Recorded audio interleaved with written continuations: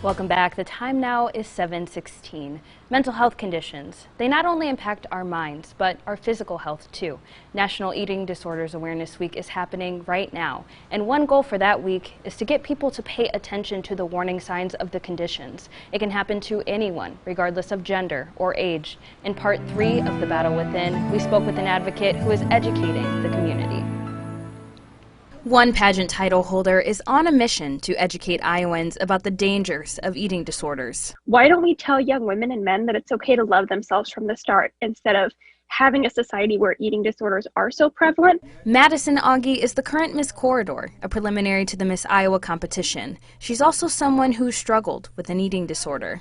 I had shown symptoms of an eating disorder for a long time, but it was never addressed. What's heartbreaking is the fact that I had an eating disorder, but people thought that I had courage and I had strength and I was so determined to lose weight, when in reality I had a mental illness. But she is speaking up and teaching kids to love themselves with her mission, the Blossom Revolution. I would look for inspirational things online, messages that it was okay to love myself. And I found that those were really, really hard to come by. So I started the Blossom Revolution as a way to reach out to young men and women and prevent eating disorders. One of Auge's biggest missions is to teach kids to love their body for what it can do and not what it looks like, and to also help create a healthy relationship with food. What we do know is that approximately 9% of the U.S. population, or 28.8 million Americans, will have an eating disorder sometime in their lifetime. Christy Hoffman-Rieken, the president of the Eating Disorder Coalition of Iowa, says there are many misconceptions.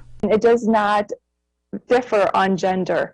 Many times people think, oh, men wouldn't have a problem with this, but yes, we do see this being a factor with men as well, and boys. And she says young people are at a higher risk, but knowing the signs can save lives. Being overconsumed with reading labels or cutting out foods that they read online are not good for them, restricting the intake of their food that they do allow themselves, or engaging in a high level of activity.